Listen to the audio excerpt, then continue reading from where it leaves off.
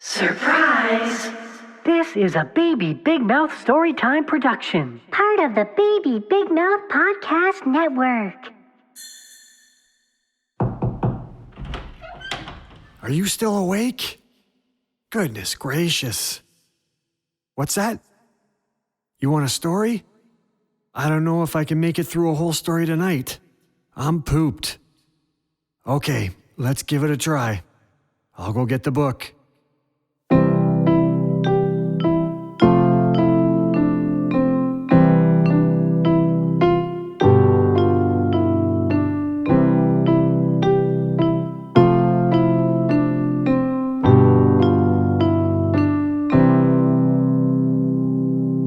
Now, if I fall asleep while I'm reading this, just whisper, "Wake up, wake up." Okay? Today's story is called The Little Red Hen. A little red hen lived in a barnyard. She spent almost all of her time walking about the barnyard in her pickety-peckety fashion, scratching everywhere for worms. She dearly loved fat, delicious worms and felt they were absolutely necessary to the health of her children. As often as she found a worm, she would call "chuck, chuck, chuck" to her chickies. A busy little body she was. A cat usually napped lazily in the barn door, not even bothering herself to scare the rat who ran here and there as he pleased. And as for the pig who lived in the sty, he did not care what happened so long as he could eat and grow fat. Those two sound like lazy bones. One day the little red hen found a seed. It was a wheat seed, but the little red hen had never seen something like this before. This didn't look like the worms she was used to eating. She decided to keep it and try and find out what it was. Carrying it about, she made many inquiries as to what it might be. Finally, the old chicken who lived in the other side of the barn knew what it was. She told the hen it was a wheat seed, and that if planted, it would grow up, and when ripe, it could be made into flour and then into bread. I'm getting pretty tired. Hope I can make it through. When she discovered that, she knew it ought to be planted. She was so busy hunting for food for herself and her family that, naturally, she didn't think she would have the time to plant it. Sounds like she's in a bit of a pickle. I wonder what she's going to do. So she thought of the pig, upon whom time must hang heavily, and of the cat, who had nothing to do, and of the great fat rat and his idle hours, and she called loudly, "Who will plant the seed?" But the pig said, "Not I." And the cat said, "Not I." And the rat said, "Not I." "Well then," said the little red hen, "I will." And she did. This hen sure is a worker bee, quite the busy beaver. Then she went on with her daily duties through the long summer days, scratching for worms and feeding her chicks, while the pig grew fat, the cat grew fat, and the rat grew fat, and the wheat grew tall and ready for harvest. So one day the little red hen chanced to notice how large the wheat was and that the grain was ripe, so she ran about calling briskly, "Who will cut the wheat?" The pig said, "Not I." The cat said, "Not I." And the rat said, "Not I." "Well then," said the little red hen, "I will." And she did. She got the sickle from among the farmer's tools in the barn and proceeded to cut off all of the big plant wheat.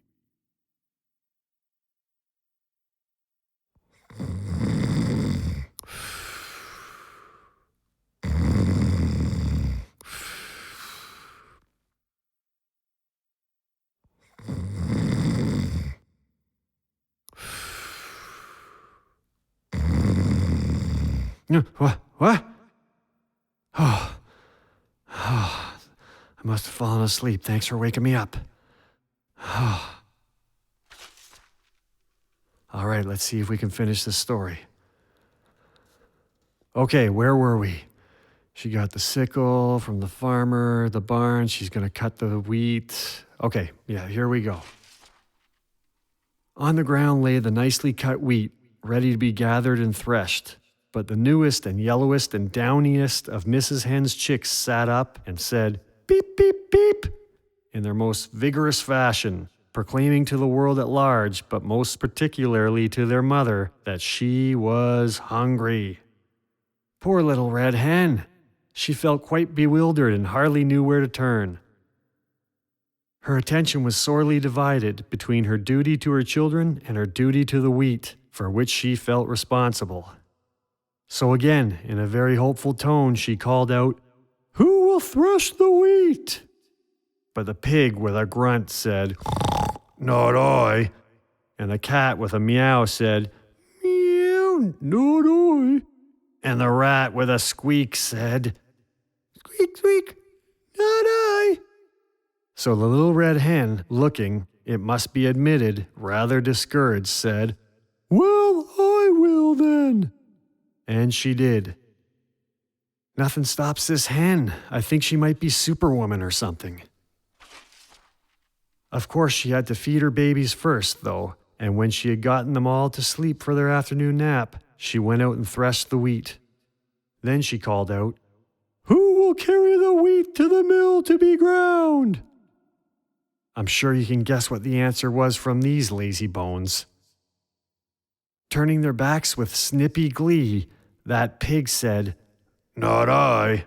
And that cat said, "Not I." And the rat said, "Not I." Surprise, surprise, you knew it, didn't you? So the good Little Red Hen could do nothing but say, "I will then." And she did.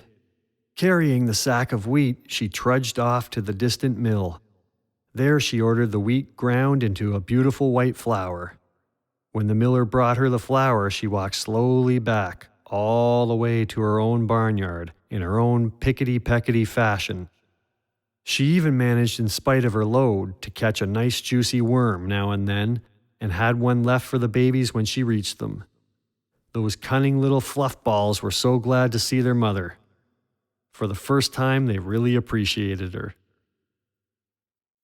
After this really strenuous day, Mrs. Hen retired to her slumbers earlier than usual. Indeed, before the colors came into the sky to herald the setting of the sun, her usual bedtime hour. These are some big words, almost too big for me even. She would have liked to sleep late in the morning, but her chicks, joining in the morning chorus of the hen yard, drove away all hopes of such a luxury. Even as she sleepily half-opened one eye, the thought came to her that today that wheat must somehow be made into bread. She was not in the habit of making bread, although of course anyone can make it if he or she follows the recipe with care, and she knew perfectly well that she could do it if necessary. So after her children were fed and made sweet and fresh for the day, she hunted up the pig, the cat, and the rat. Still confident that they would surely help her someday, she sang out, "Who will make the bread?" Alas for the Little Red Hen, once more her hopes were dashed. For the pig said, "Not I," and the cat said, "Not I," and the rat said, "Not I." So the Little Red Hen said once more, "I will then." And she did. Feeling that she might have known all the time that she would have to do it all herself, she went and put on a fresh apron and a spotless cook's cap. That must be quite a sight, seeing a hen dressed up like a chef. Pretty crazy. First of all, she set the dough, as was proper.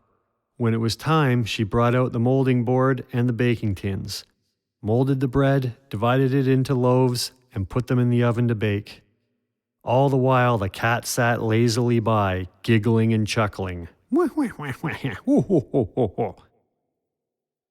and close at hand, the vain rat powdered his nose and admired himself in a mirror. In the distance could be heard the long-drawn snores of a dozing pig. At last, the great moment arrived. A delicious odor was wafted upon the autumn breeze. Everywhere the barnyard citizens sniffed the air with delight. The little red hen ambled in her pickety-peckety way toward the source of all this excitement. Although she appeared to be perfectly calm, in reality she could only with difficulty restrain an impulse to dance and sing. For had she not done all the work on this wonderful bread? Small wonder that she was the most excited person in the barnyard. She did not know whether the bread would be fit to eat, but, joy of joys!